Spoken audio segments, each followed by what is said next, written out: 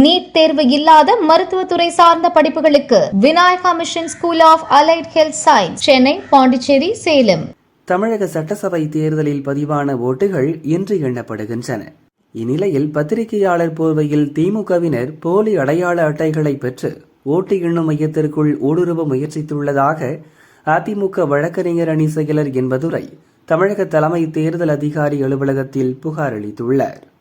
இதுகுறித்து இன்பதுரை கூறியதாவது: ஓட்டு எண்ணிக்கை மையங்களில் செய்தி சேகரிக்க தேர்தல் கமிஷன் வாயிலாக பத்திரிகையாளர்களுக்கு அடையாள அட்டை வழங்கப்பட்டுள்ளது. மாவட்ட தேர்தல் நடத்தும் அலுவலர்களான கலெக்டர்கள் வாயிலாக இவற்றை செய்தி மக்கள் தொடர்பு துறையினர் தந்துள்ளனர். பத்திரிகையாளர்கள் அல்லாத திமுக தகவல் தொழில்நுட்ப அணியைச் சேர்ந்தவர்களுக்கும் இந்த அடையாள அட்டை வழங்கப்பட்டுள்ளது. தூத்துக்குடி, காஞ்சிபுரம், சென்னை உட்பட பல மாவட்டங்களில் இதுபோன்ற விதிமீறல் நடந்துள்ளது. இதற்கான ஆதாரம் உள்ளது.